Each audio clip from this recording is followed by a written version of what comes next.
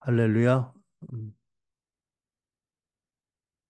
아, 오늘은 음, 교회 기초를 다시 놓으라 18번째 시간 예수 그리스도의 복음입니다. 지금까지 교회 기초를 다시 놓으라는 주제로 무려 17번 설교를 했습니다. 아, 오늘부터는 기초가 아니라 기초를 심는, 기초를 내려는 터에 해당하는 말씀을 세 번으로 나눠 전하려고 합니다. 그래서 이제 앞으로 두 번이면 이 시리즈가 드디어 마치도록 되겠습니다. 에베소 2장 20절을 보면 어, 여러분은 사도와 예언자 위에 사도와 예언자의 터 위에 세워진 건물이요 그리스도 예수 스스로가 그 모퉁이 돌이십니다라고 기록되었습니다. 그래서 사도와 예언자의 터는 복음인 것을 알게 합니다.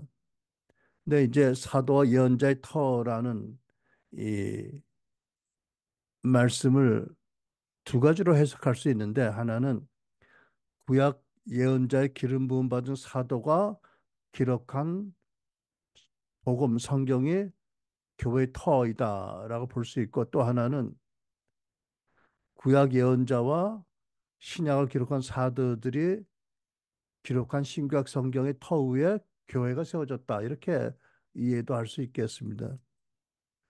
어, 그래서 개인의 신자의 삶과 교회가 그 터 위에 지어진 건물로 비유한 것입니다. 그러니까 여러분 터가 있고요. 그 다음에 여러 기초들이 있어요. 그죠? 요즘 큰 건물을 지은 것을 보면 어마어마한 그런 그 기초를 이 에치빈 같은 것으로 박잖아요. 그죠?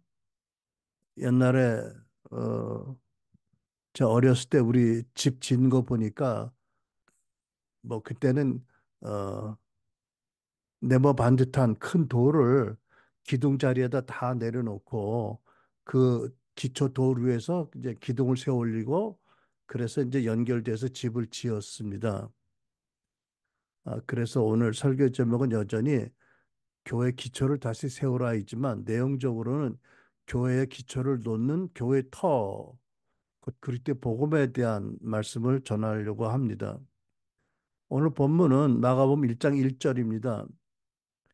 하나님의 아들 예수 그리스도에 관한 복음은 이렇게 시작됩니다. 우리말 성경입니다. 하나님의 아들 예수 그리스도에 관한 복음은 이렇게 시작됩니다. 그러니까 복음은 예수 그리스도에 관한 것이라는 것을 명시하고 있죠. 아, 그래서 오늘은 복음이 무엇인지 또 오늘날 어떤 복음이 전해지고 있는지 그리고 예수 그리스도가 누구신지를 계시하는 복음을 살펴보려고 합니다. 어, 고린도전서 3장 10절도 역시 복음을 교회의 터, 그러니까 건물이 세워질 땅, 대지라고 비유했습니다. 나는 사도는 하나님께서 나에게 주신 은혜를 따라 지혜로운 건축가와 같이 터를 닦아 놓았습니다. 그런데 다른 이가 그 위에다가 집을 짓습니다. 그러나 어떻게 집을 지을지 각각 신중히 생각해야 합니다. 라고 썼습니다. 다시 말씀드리면 여기에 터는 복음이지요. 하나님의 말씀 복음이고 그 복음 위에 개인의 삶이 지어지고 교회의 집이 지어진다는 것이고 이제 집은 이 복음의 터 위에 심겨진 기초들 위에 세워진 기둥들로 연결된 집 구조물을 말하는 것이죠. 그런데 지난주에 말씀드렸지만 고린도 3장 12절로 13절은 그 터 위에 어, 나무나 풀이나 짚으로 집을 지으면 이 세상 생애를 마치고 죽어서 천국에 가는 구원은 얻겠지만 마치 불 속에서 겨우 빠져나온 사람 같이 된다고 경고합니다. 그러므로 여러분, 금이나 은이나 보석 같이 귀한 믿음으로 신자의 삶의 집을 지으라, 생의 집을 지으라고 간곡하게 권면을 합니다. 그래서 잠시 생각해 보면 우리는 지금까지 어떤 자재로 우리의 믿음의 삶의 집을 지었는지, 또 어떤 모양의 집을 지었는지, 단층 집을 예쁘게 지었는지, 2층 집을 지었는지, 또 33층 아파트를 지었는지 한번 돌이켜 생각해 봐야 하겠습니다. 혹시 어, 고린도서의 말씀의 경고처럼 구원은 받았고 겨우 천국 가는 경우인지 아니면 참 아름다운 믿음의 집을 짓는지 이런 것을 한번 잠시 돌이켜 보는 것이 유익할 것입니다. 그런데 성경은 복음은 모든 믿는 사람을 구원하는 하나님의 능력이라고 로마서 1장 16절에 말씀합니다. 이것은 복음을 믿는 믿음이 아니고는 이 세상에 어느 누구도 죄 사함 받고 하나님과 화목하고 하나님의 사랑과 하나님의 성령님과 영생을 주시는 구원을 받을 수 없기 때문에 그렇게 말씀합니다. 자, 오늘 첫 번째 복음이란 과연 무엇인가? 이제 본문 봉독했지만 마가복음 1장 1절 하나님의 아들 예수 그리스도에 관한 복음은 이렇게 시작됩니다라고 기록되어 있잖아요. 그러니까 복음은 하나님 아들 예수 그리스도에 관한 말씀이다라고 우리는 자연스럽게 이해할 수 있겠습니다. 사도 바울은 데살로니가서 전서 3장 2절에 복음을 그리스도의 복음이라고 기록했어요. 그러니까 역시 마찬가지입니다. 그렇죠? 하나님의 아들 예수 그리스도에 관한 복음 또는 그리스도의 복음이다. 그래서 복음이란 하나님의 아들 예수 그리스도를 계시하는 말씀이다라고 우리가 정리할 수 있겠습니다. 좀 더 부연 설명하자면 복음은 하나님의 아들 예수 그리스도를 계시하시는 말씀이고 아울러 예수 그리스도를 말미암아 이 세상에 임하는 하나님의 나라를 계시하는 말씀이다라고 설명해도 좋겠습니다. 이제 이렇게 보면 신구약 성경에 기록된 가장 중요한 목적이 무엇이죠? 어, 하나님의 아들 예수 그리스도와 그의 나라를 계시하는 것입니다. 마가복음 1장 14절 15절을 보면 예수님이 선포하신 복음이 이렇게 기록되어 있습니다. 요한이 감옥에 갇힌 뒤에 예수께서 갈릴리에 오셔서 하나님의 왕국의 복음을 선포하여 이르시되 때가 찼고 하나님의 왕국이 가까웠으니 너희는 회개하고 복음을 믿으라 하시더라. 한글 킹제임스 번역입니다. 그러니까 예수 그리스도와 그분들을 말미암아 이 땅에 임하는 하나님의 왕국을 전하는 것이 복음이다. 그런데 성경은 복음이 먼저 어, 고대를 사셨던 믿음의 조상 아브라함에게 전해졌다고 합니다. 갈라디아서 3장 8절 하나님이 먼저 아브라함에게 복음을 전하되 모든 이방인이 너로 말미암아 복을 받으리라 하셨느니라. 그러니까 이 말씀 모든 이방인이 너로 말미암아 복을 받으리라 하는 것이 복음이라고 갈라디아서는 말씀하는 거죠. 이 사건이 창세기 15장을 이 말씀이 창세기 15장의 사건을 어, 전하는 말씀이라고 믿습니다. 창세기 15장을 보면 하나님께서 이제 나이가 많이 늙으셨고 그때까지 자녀가 없던 아브라함에게 나타나셔서 장차 너희 후손이 하늘의 별같이 많을 것이다라고 하셨는데 말씀하셨는데 아브라함이 믿기 어려운 그 말씀을 그게 은혜겠죠. 믿어서 하나님으로부터 죄 없다, 의롭다 하심을 받고 그래서 하나님과 바른 관계를 갖게 된 일이 기록되어 있습니다. 창세기 15장 5절 6절 여호와께서 아브라함을 밖으로 데리고 나가 말씀하셨습니다. 하늘을 올려다보고 별들을 세어보아라. 과연 셀 수 있겠느냐? 그리고 여호와께서 말씀하셨습니다. 내 자손도 이와 같이 될 것이다. 아브라함이 여호와를 믿었습니다. 그래서 여호와께서 아브라함의 그런 믿음 때문에 그를 의롭게 여기셨습니다. 우리말 성경입니다. 아브라함은 이미 아들 자식 낳기를 찬양했는데 그럼에도 불구하고 하나님의 축복으로 그 아들 이삭이 태어날 것을 그리고 더 나아가서 그 후손으로 메시아가 예수 그리스도가 이 땅에 오심을 아마 상상도 못했을 것입니다. 그러나 하나님의 말씀이기에 내 후손들이 저렇게 별같지 않게 될 거라고 믿기 어려운 중에 믿었습니다. 어, 그래서 의롭다 하심을 받고 그 말씀대로 이루어져 온 일과 예수 그리스도로 말미암아 축복을 받고 구원을 받는 것이지요. 근데 하나님께서는 아브라함 이후에 많은 구약 선지자들에게도 복음을 전하게 하셨습니다. 로마서 1장 2절. 이 복음은 하나님이 선지자들을 통하여 그의 아들에 관하여 성경에 미리 약속하신 것이다라고 설명을 합니다. 자, 그러다 때가 찼고 하나님의 아들이 성육신하셔서 오셨고 공생애를 사셨고 천국 복음을 전하셨고 이 땅에 하나님 나라가 임하게 하셨고 십자가에서 대속의 죽음을 받으셨고 부활 승천하셔서 성령님을 보내셨고 또 사도들이 성령으로 말미암아 신약 성경을 기록함으로써 복음의 계시가 완성되었습니다.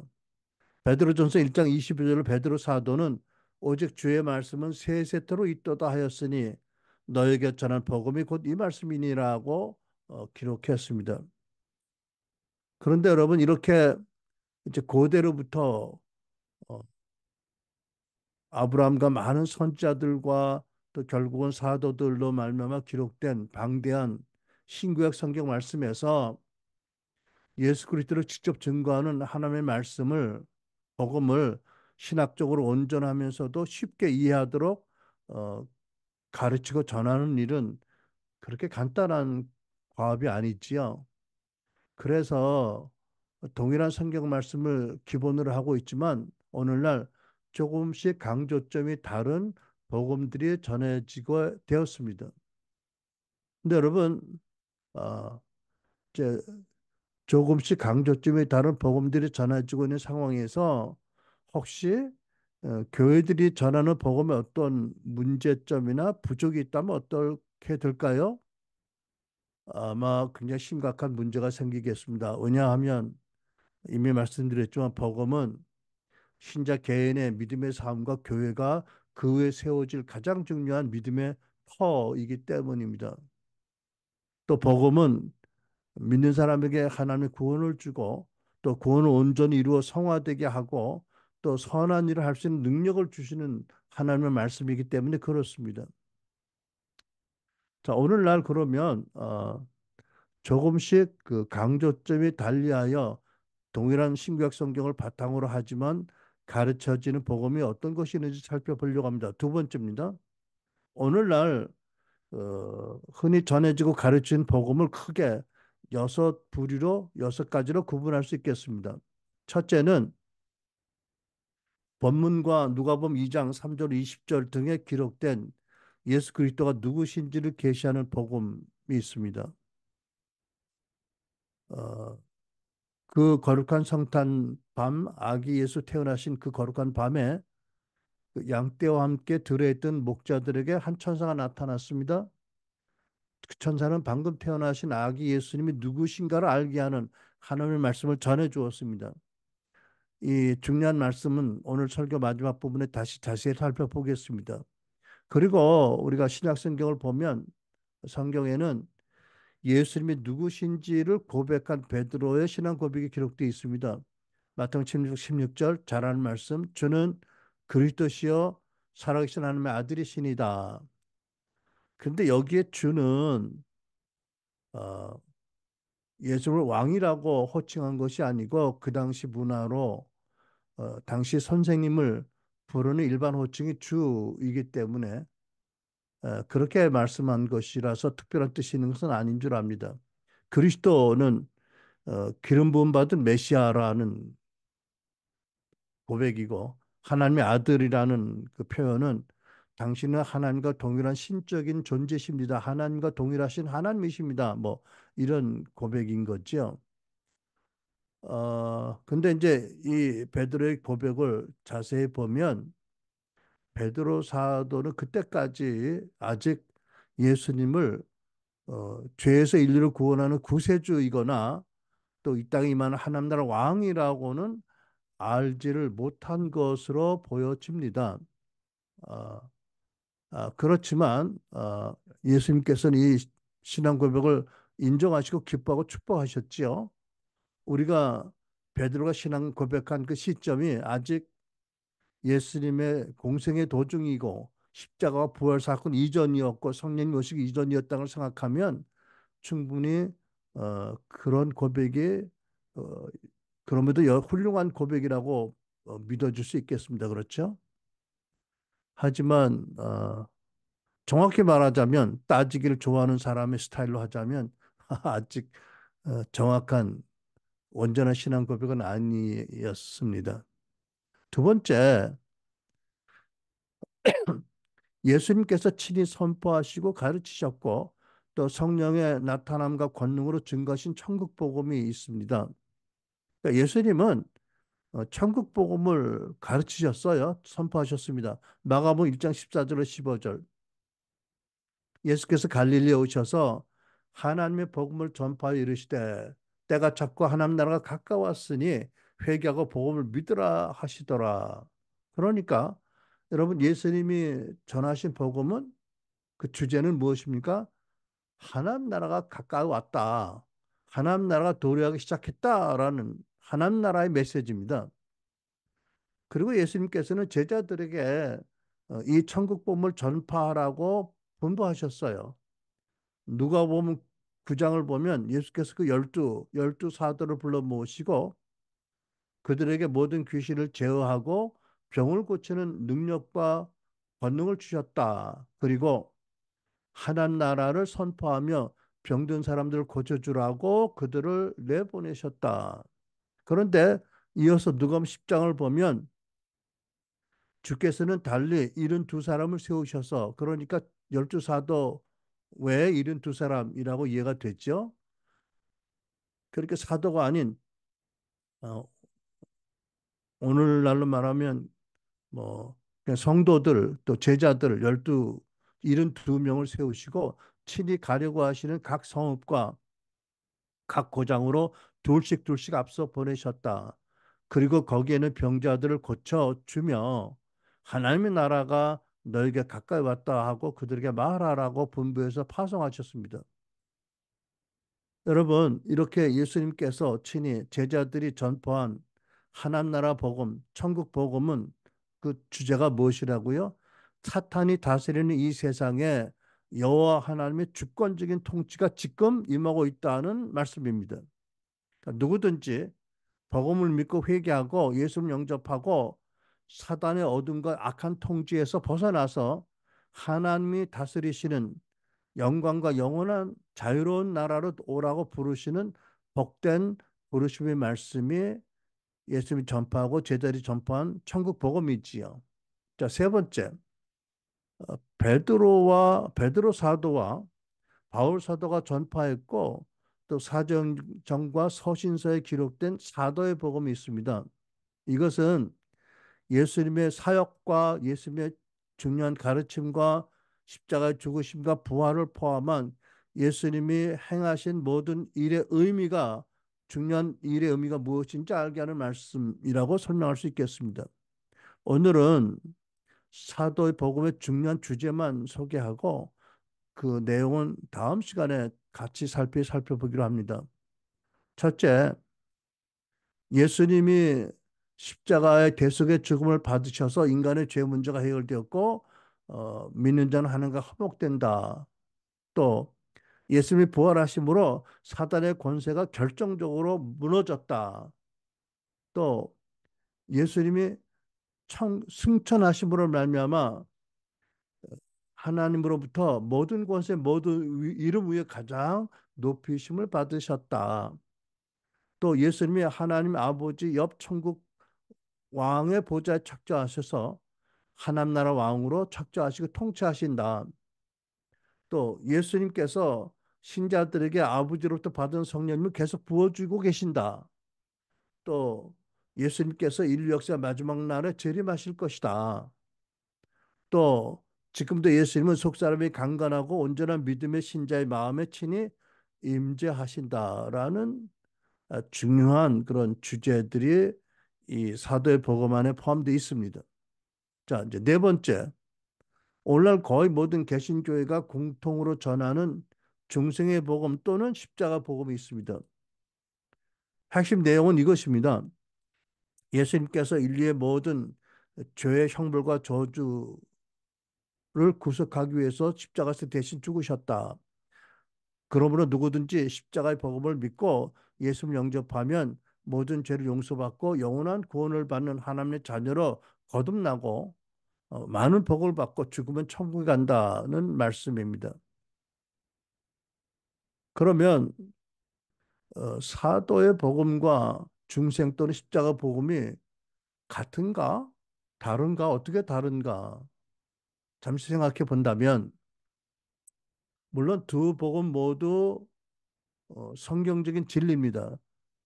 성경 말씀을 모아서 만든 가르침입니다. 내용입니다. 근데 그럼에도 불구하고 둘 사이에는 어떤 미묘하고도 중요한 차이점이 있습니다.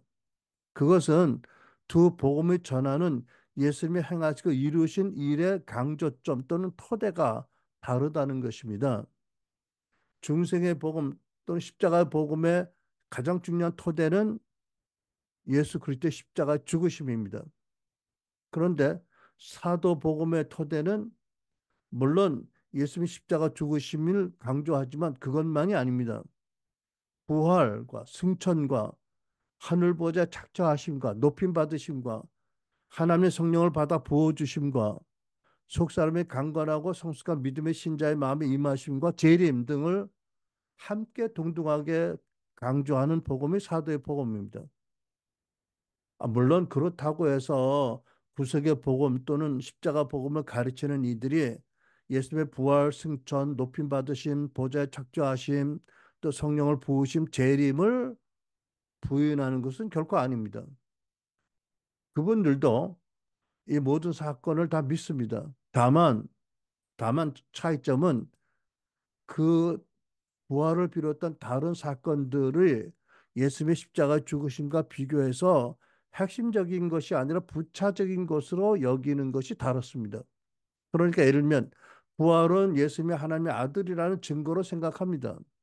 예수님의 승천과 높임 받으심과 보좌 앉으심은 이 세상에 많은 고난을 당하신 아들에게 주시는 아버지 상급이라고 생각합니다. 결국 십자가의 복음, 중생의 복음을 강조하는 분들은 예수님이 행하신 모든 사건과 모든 일들 중에서 십자가의 죽으심이 가장 중요한 사건이라고 믿습니다. 그리고 그 근거로 고린도전서 2장 21절을 들어서 말씀합니다.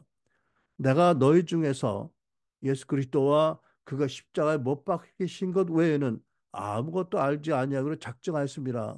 그래서 십자가 대속의 죽으심이 복음의 핵심 진리라고 강조합니다. 물론 여러분 십자가의 대속의 죽으심은 참 우주적인 어마어마한 사건이잖아요. 어, 대속의 죽으심을 하나님 아들이 거룩한 아들이 받으시는 것, 우리가 받을 모든 저주와 고통과 형벌을 거룩한 하나님 아들이 대신 받으시고 믿는 우리를 예수님 안에서 의롭다 하시고 구원하시는 것. 그리고 십자가를 통해서 그 놀라운 아버지의 사랑이 나타난 것은 참으로 정말 아무리 강조해도 지나침이 없을 만큼 중요한 진리입니다. 그러나 우리가 성경을 보면 사도 바울께서 성경 여러 곳에서 십자가도 강조했지만 부활을 동등하게 강조했습니다. 고린도전서 15장 14절 그리스도께서 만일 다시 살아나지 못하셨으면 우리가 전파하는 것 복음도 헛것이요 또 믿음도 헛것이라고 하셨습니다. 그러니까 여러분 중생의 복음 십자가의 복음은 예수님이 온 인류의 구세주로 오셨다는 것을 강조하는 복음입니다. 그래서 전도할 때나 설교할 때 믿지 않는 불신자들이 죄인인 것을 깨닫도록 많이 설명하고 설득합니다. 이렇게 보면 복음의 핵심의 내용에 따라서 복음을 전도하는 방식이 많이 달라지는 것을 우리가 압니다. 그런데 여러분, 성경을 보면 예수님은 물론이고 사도 베드로, 사도 바울 같은 분들은 그렇게 전도하지 않았습니다. 초대교회에서는. 전도하거나 설교할 때 왕의 권세와 또 성령의 기름 부으심으로 왕의 권능을 나타나면서 전도하고 설교했습니다. 그러니까 복음을 전하면서 복음과 함께 나타나는 성령의 능력으로 하나님의 주권적인 통치가 지금 임하고 있다는 것을 드러냈습니다. 그러니까 사도의 복음은 예수님이 구세주이시면서 또 주, 왕, 더 로드라고 강조합니다. 그 외에도 이제 어, 여러 주제를 강조하는 것이 사도의 복음이 있지요. 근데 이제 우리가 여러분 알아야 될 것, 중요한 것은 뭐냐면 하나님께서 이 중생의 복음, 십자가의 복음을 믿는 이들도 기뻐하시고 사랑하시고 구원하셨어요. 저도 중생의 복음, 십자가의 복음을 믿고 구원받았고요. 여러분도 아마 대부분 예를 들면 사형리 같이 정리된 그런 게 구속의 복음, 중생의 복음, 십자가의 복음을 듣고 예수를 영접해서 구원받으셨을 겁니다. 그러나 그렇더라도 이제부터는 우리가 전도하거나 또는 전도할 때는 우리가 이제까지 익숙한 그 중생의 복음, 사형리 같은 중생의 복음을 전할지라도 중생의 복음을 믿고 구원받은 성도들에게는 교회가 예수님이 친히 선포하신 천국 복음 또는 사도들이 선포한 사도의 복음을 가르쳐야 할 것입니다. 그래서 성도들이 온전한 복음을 이해하고 믿게 하고 또 복음과 함께 성령의 권능에 믿음의 뿌리를 내리도록 우리는 예수님과 사도들이 하신 것처럼 본받아서 그렇게 해야 마땅하지 않겠습니까? 저는 그렇게 믿습니다. 여러분, 예를 들면 고린도서 2장 3절 5절 사도 바울의 고백입니다. 사실 나는 여러분에게 갔을 때 약하였고 두려워서 몹시 떨었습니다. 그리고 내가 말을 하거나 설교를 할 때에도 지혜롭고 설득력 있는 언변을 쓰지 않고 오로지 하나님의 성령과 그 능력만을 드러내려고 하였습니다. 그것은 여러분의 믿음이 인간의 지혜에 바탕을 두지 않고 하나님의 능력에 바탕을 두게 하려는 것입니다.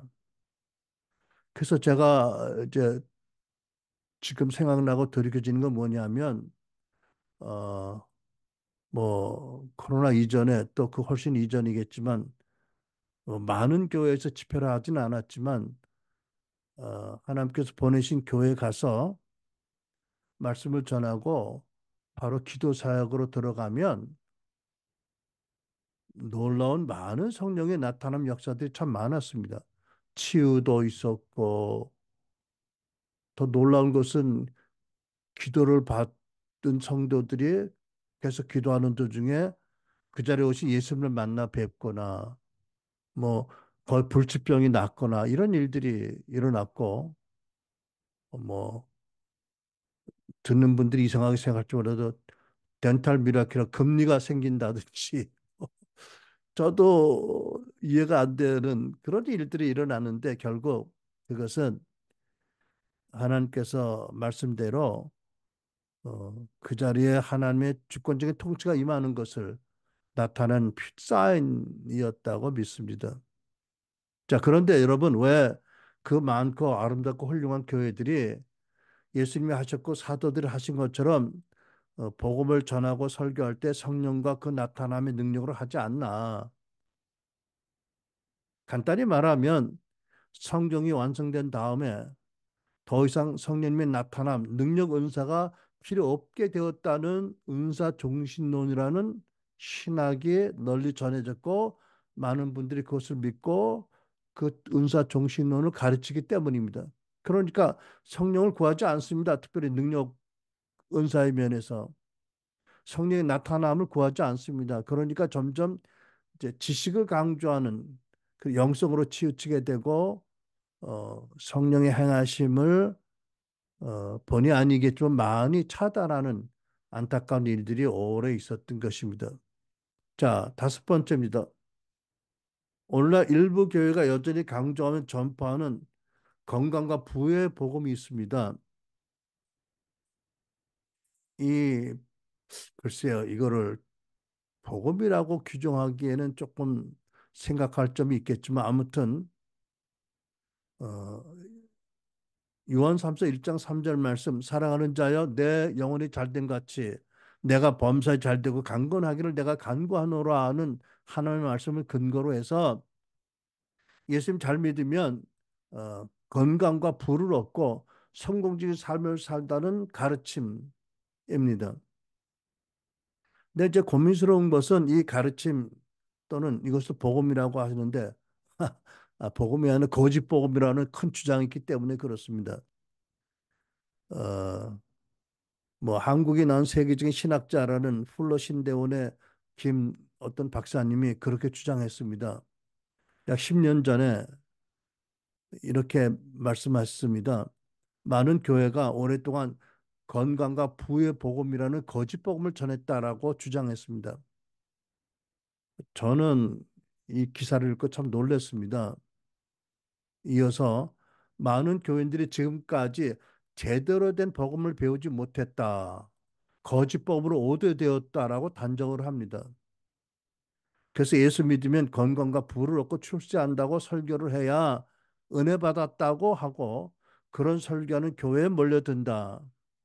그런 설교하는 목사들은 교회 성장과 선교를 빙자해서 더 많이 헌금하게 하고 더 많이 봉사하면서 그러면 복을 받는다고 부추겨서 이른바 교회 성장을 도모하고 자기 왕국을 건설하는 것이 오늘날 많은 교회 모습이라고 질타를 했습니다.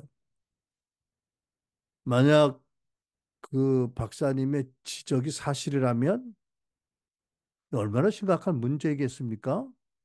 갈라디아 1장 8절에 누구든지 다른 복음을 전하면 저주를 받을 것이라고 했는데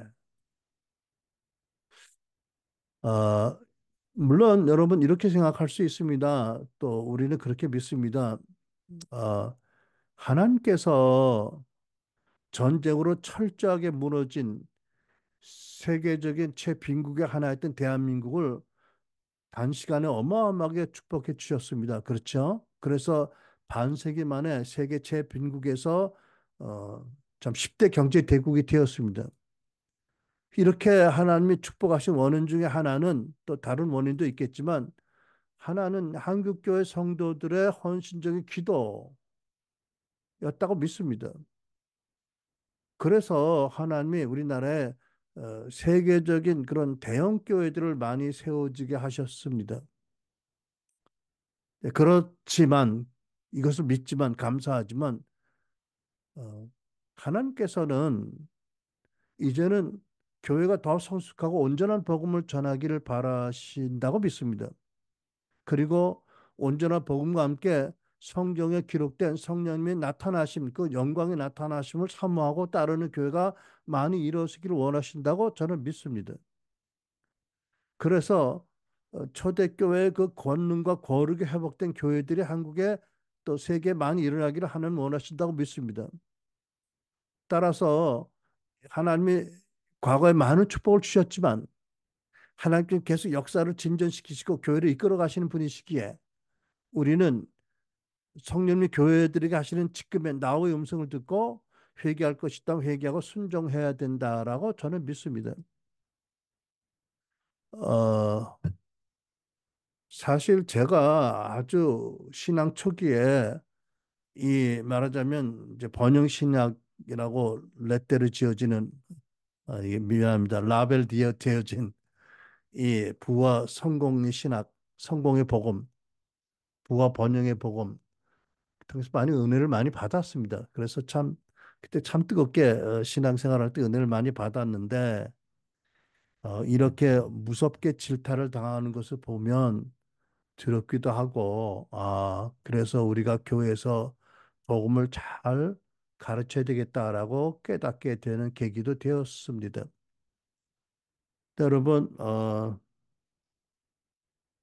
우리는 지난 세기에 그 미국을 비롯해서 여러 나라의 한국에도 크게 일어난 번영신학과 그로 인한 여러 가지 부작용을 우리가 기억합니다.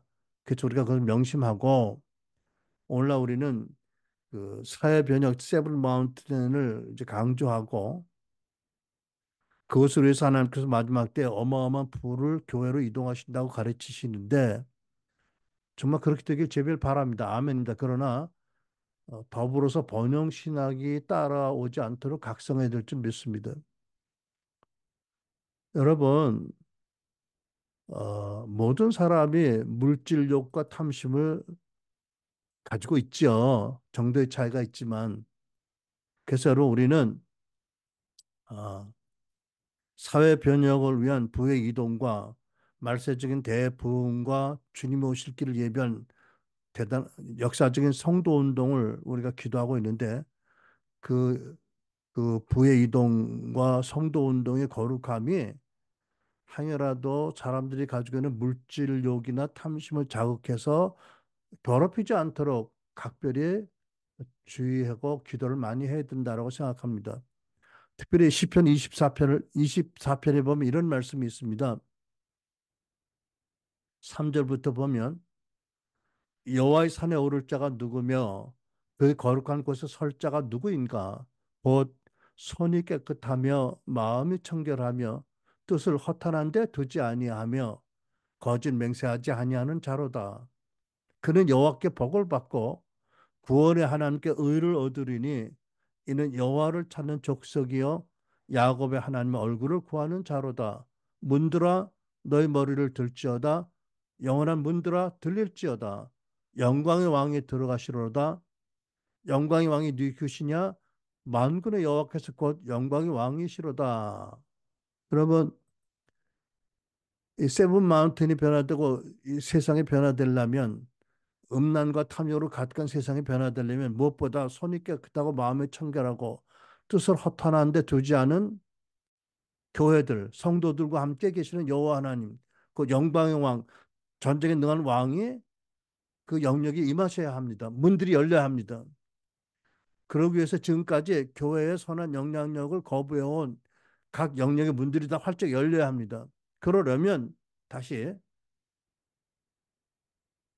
깨끗한 마음으로, 깨끗한 손으로 또 하나님 얼굴을 구하는 많은 평신도 사역자들이 일어나고 그들이 하나님을 모시고 각 영역에 가야 됩니다. 그러니까 행여라도 그들의 마음이 물질욕이나 탐심으로 미혹되지 않도록 부의 이동을 잘 가르쳐야 되겠고 또 이 시편 말씀 같은 말씀, 특별히 성도들을 그리스도를 닮게 변화시키는 성화의 말씀을 널리 전해야 된다고 나는 믿습니다. 여러분, 우리가 사도행전 15장을 보면 예루살렘 공회가 열린 기록이 나옵니다. 거기에 사도 베드로, 사도 요한, 사도 야고보 그리고 사도 바울과 사도 바나바가 참석했습니다. 근데 그 공회가 열린 이유가 무엇입니까? 교회 안에 있던 일부 율법주의 리더들이 이방의 신자들도 할례를 받아야 한다. 저들 율법을 지켜야 한다라고 주장했기 때문입니다. 결국 이 회의에서 유대인이나 이방인이나 모든 사람은 율법을 행함으로 구원받는 게 아니라 복음을 믿는 믿음으로 구원받는다는 핵심 진리가 확인되었습니다.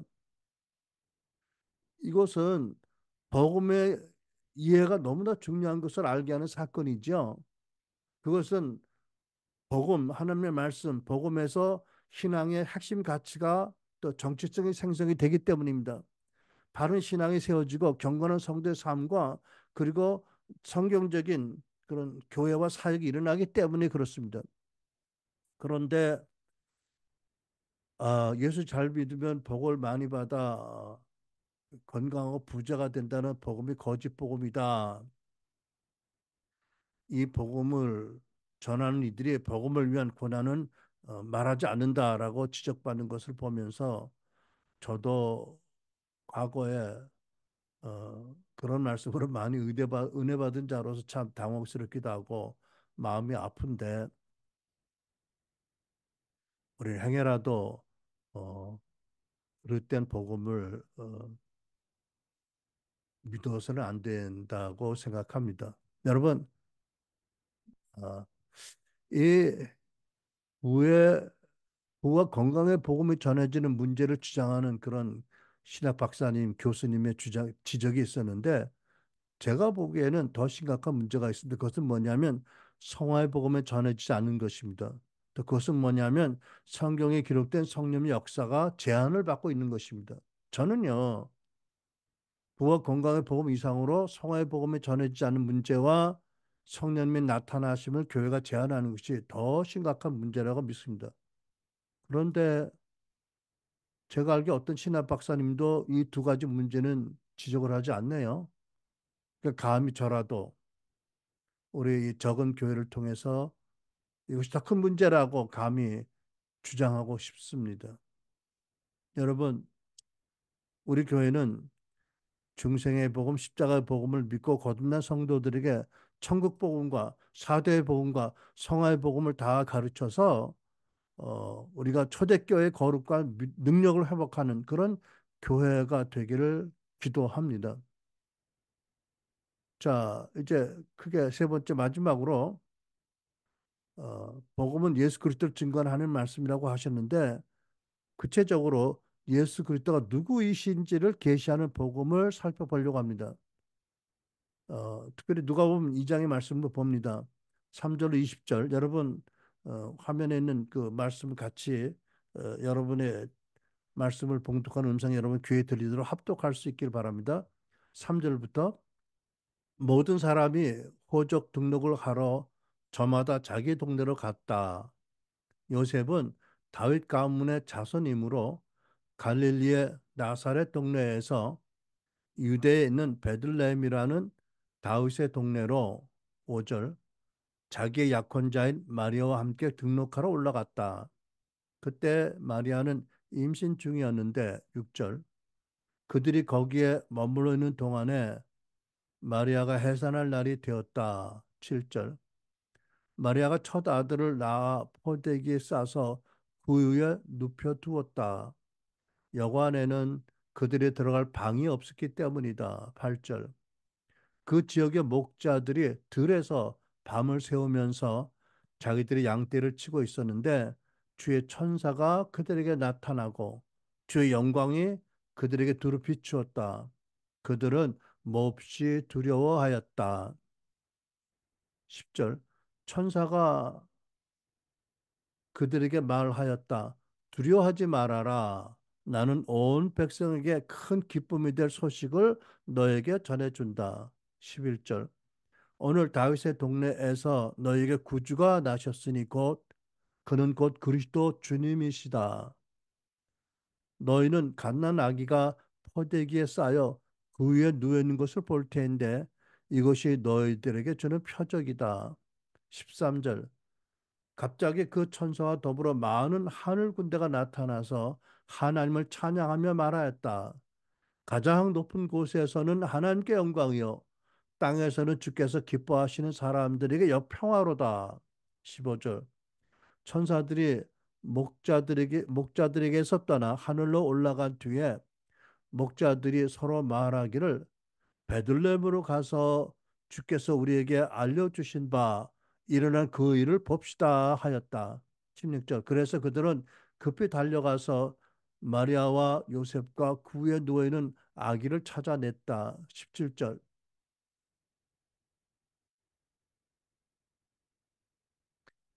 그들은 아기를 보고 나서 이 아기에 관하여 자기들이 들은 말을 그들에게 알려주었다.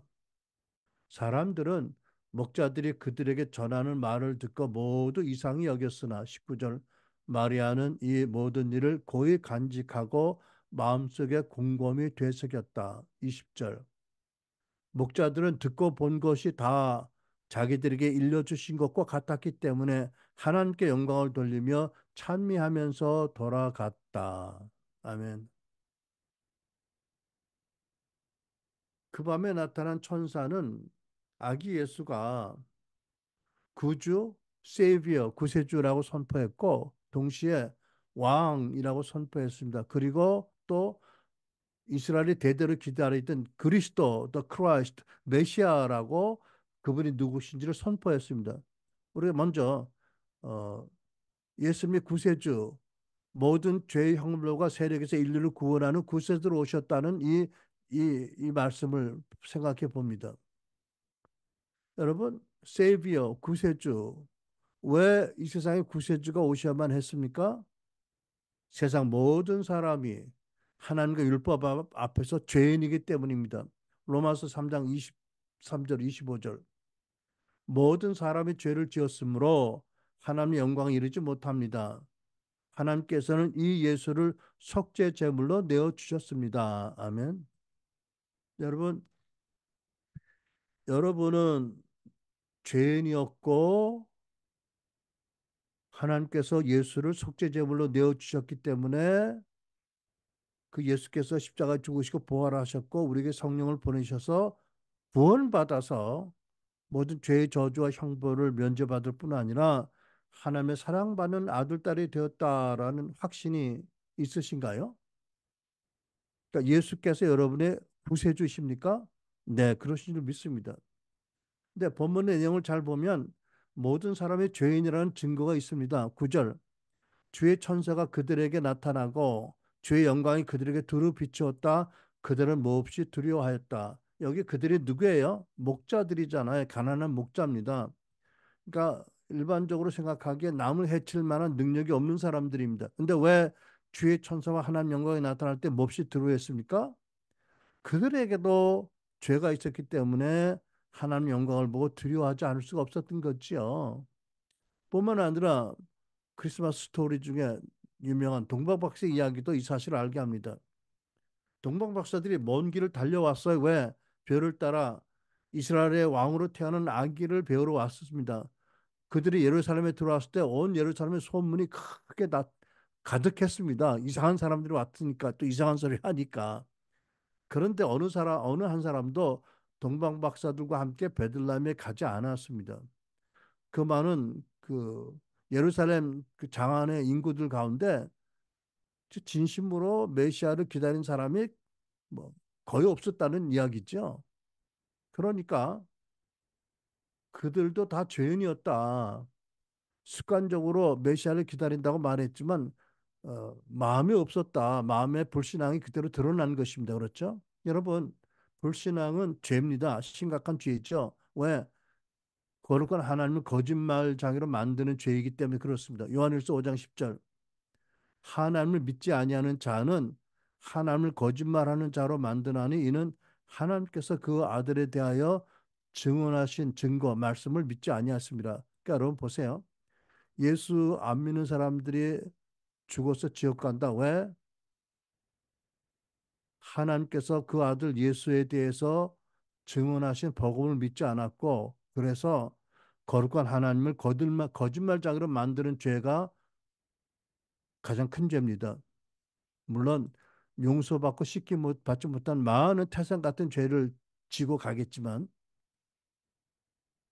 근데 여러분 성경을 보면 그 당시나 이제나 어, 심지어 예수 믿고 거듭난 신자들 안에 깊은 죄성이 있고 죄악이 많이 있다고 뼈 때리게 지적을 합니다. 예를 들면 목회 서신을 보면 신자들의 죄를 지적하는 말씀 여러 곳에 거듭 나옵니다. 베드로전서 1장을 보면 그들이 이미 보혈과 성령으로 씻김 받고 말씀으로 거듭났고 영광스러운 즐거움으로 예수님을 뜨겁게 사랑한다라고 말씀하는데도 불구하고 그러면서도 그들의 내면에 여전히 많은 회개하지 않은 죄악이 있다고 지적합니다. 베드로전서 2장 1절. 그러므로 여러분은 모든 악의와 모든 거짓과 위선과 시기와 모든 비방하는 말을 버리십시오. 여러분, 1장에서는 이미 예수의 보혈로 성령에 물로 씻김 받았고 말씀으로 거듭났고 영광스러운 즐거움으로 예수님을 뜨겁게 사랑한다고 했으면 뭐 요즘 말로 엘리트 신자 아닙니까?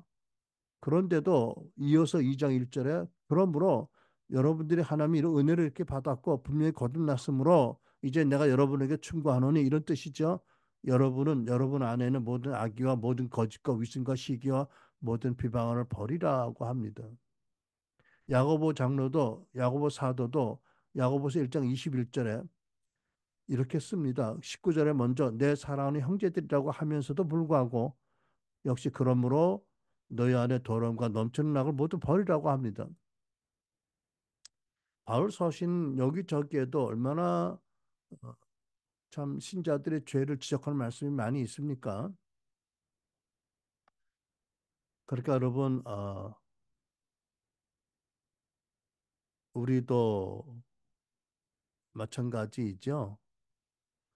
하나님의 은혜로 복음을 믿는 믿음으로 예수 영접하고 구원받고 죄사함 받고 하나님과 화목하고 바른 관계를 가졌고 하나님의 사랑을 받는 새로운 피조물 되었지만 그럼에도 불구하고 우리 안에는 여전히 많은 죄가 있고 회개하지 않은 죄가 있고 죄성의 기질이 있다.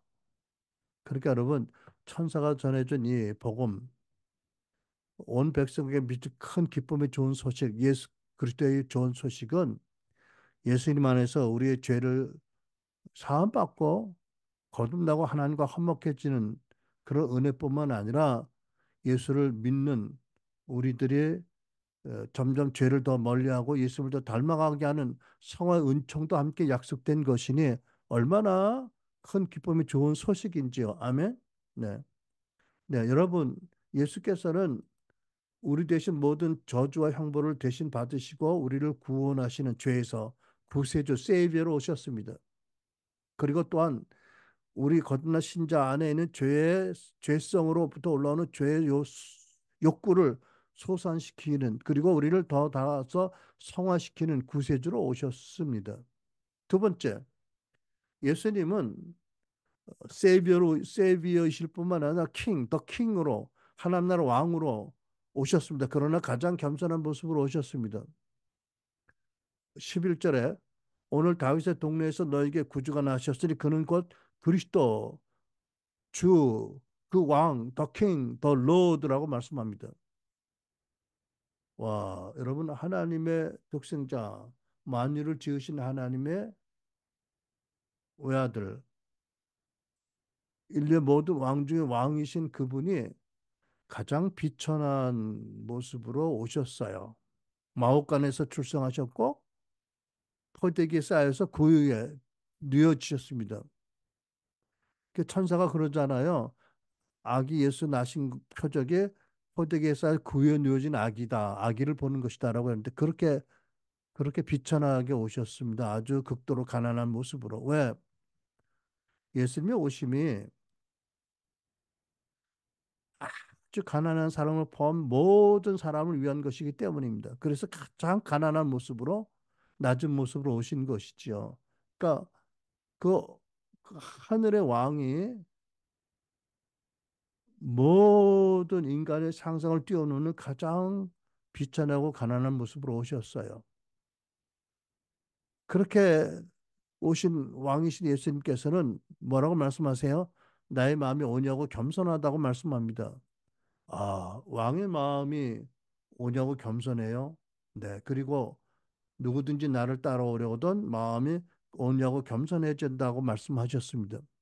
네, 여러분, 쉽지 않은 과업이지만 예수께서 우리에게 오냐고 겸손하라고 하셨으면 그렇게 될 수 있는 능력과 은혜를 주시는 분인데 우리가 여러분이 마음이 온유하고 겸손하게 되면 어떤 일이 일어날까요? 잠언 22장 4절에 이런 말씀이 있습니다. 겸손하고 여호와를 경외하는 사람은 부와 명예와 장수를 얻게 된다. 우리말 성경입니다. 겸손하고 여호와를 경외하는 사람에게 주시는 하나님의 보상은 부와 명예와 생명, 장수라고 말씀합니다. 아, 여러분 스스로 주를 위해서 그 나라를 위해서 겸비하게 살겠다고 작정한 사람들은 예외겠지만 예수님을 잘 믿는다고 스스로 자부하는데 아직도 충분한 부와 명예와 장수를 얻지 못하는 사람은 아, 내가 아직 교만해서 그런 것이 아닌가? 내가 진정으로 여호와를 경외하지 않아서 그런 게 아닌가라고 돌이켜 보아야 마땅할 줄 믿습니다. 또 여러분, 마음이 온유하고 겸손한 사람은 언제 어디서나 이 천사가 선포한 것 같은 놀라운 그 즐거움, 이 땅의 평화, 영광, 평화를 누리고 살게 됩니다. 가장 높은 곳에서는 하나님께 영광이고 땅에서는 주께서 기뻐하시는 가로 열고 구원받은 가로 닫고 사람들에게 평화로다. 그죠? 겸손한 마음을 가지면 마음의 평화가 가득하게 됩니다. 여러분도 저도 겸손하고 온유한 마음을 가지고 하나님을 경외하면서 우리 주 예수님이 가져오신 평화, 지각을 초월하는 평화로 가득하고 더 나아가서 하나님이 기뻐하셔서 주시는 많은 부도 명예도 장수도 없고 그것으로 더 힘을 다해 하나님을 잘 섬기시는 여러분 되시기를 축복합니다.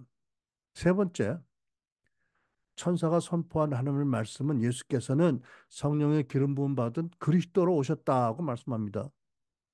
오늘날 다윗의 동네에서 너에게 구주가 나셨으니 그는 곧 그리스도 주님이시다. 그리스도 더 크라이스트라고 말씀합니다. 그러니까 예수님은 육신적으로는 다윗의 가계에 속한 아버지 요셉과 어머니 마리아의 아들로 첫 아들로 오셨지만 이스라엘이 대대로 기다리고 기다리던 하나님의 기름 부음 받은 하나님의 보내신 메시아 그리스도로 오셨습니다. 그러니까 히브리어 그리스도와 헬라 메시아는 동의어입니다.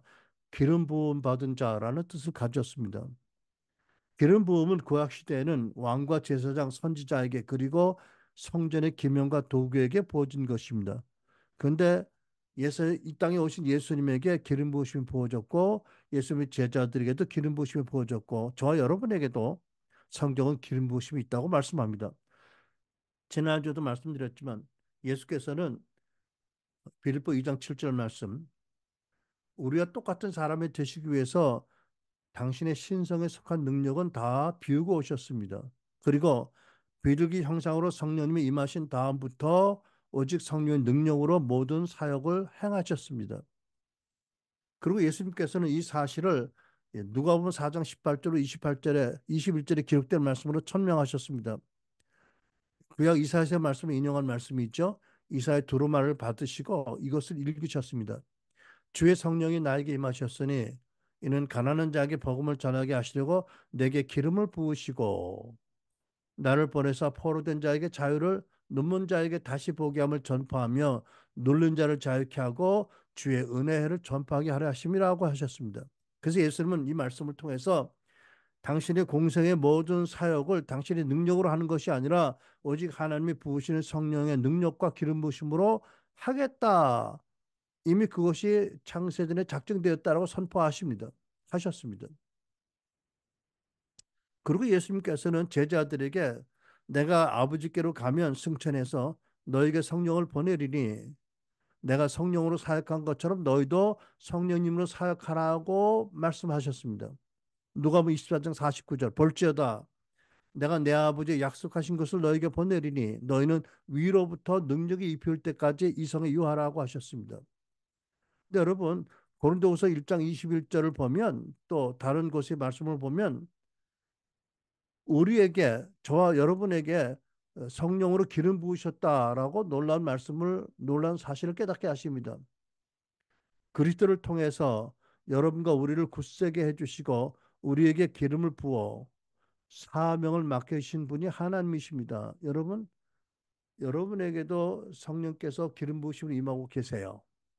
그래서 여러분이 또 제가 예수를 구주로 믿고 거듭난 것입니다. 그 성령님이 우리 안에 계시고 그 성령님이 누가복음 24장 49절 말씀하신 능력의 성령님이시고 또 위로의 성령님이시고 또 진리의 성령님이십니다. 그래서 예수님께서 요한복음 10장 12절에 놀라운 이 말씀 하시잖아요.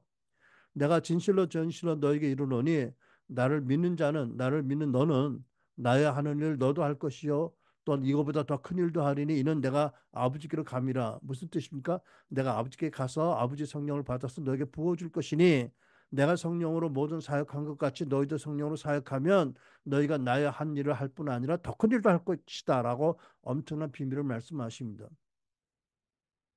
여러분 하나님은 오늘날 예수님의 제자인 저 여러분도 예수님 말씀처럼 성령의 능력으로 성령의 기름 부으심으로 사역해서 우리가 상상하지 못할 일도 하기를 원하신다라고 믿습니다. 감히 믿습니다. 아멘. 여러분, 성령은 여호와의 영이시고 동시에 예수님의 영이십니다. 다시 말씀드립니다. 예수께서 이 땅에 계실 때 오직 성령의 능력으로 사역을 하셨습니다. 스스로 하지 않으셨습니다. 그 성령님이 이 시간에도 제 안에 계시고 여러분 안에 계시고 우리 교회 안에 계십니다. 교회 위에 계십니다. 그 성령께서 여러분과 나를 강건하게 해주시고 복음을 온전히 깨닫게 하시고 우리로 하여금 예수님의 복음을 통해서 예수님을 바로 알게 하시고 또 복음을 통해서 예수님이 하신 일을 우리도 할 수 있다는 믿음 주시기를 축복합니다. 우리는 저 여러분은 예수 그리스도 증거하는 하나님의 말씀 복음 특별히 예수님이 누구신지를 계시한 복음의 진리 터두에 서서 예수를 닮아가는 또 온유하고 겸손한 마음뿐만 아니라 예수님처럼 성령을 의지해서 사역해서 우리가 상상하지 못한 일들이 우리를 통해서 나타나서 하나님께 영광을 돌리는 또 성탄절의 그 평강이 그 기쁨이 가득한 저와 여러분이 되시길 간절히 축원합니다. 아멘. 기도하겠습니다.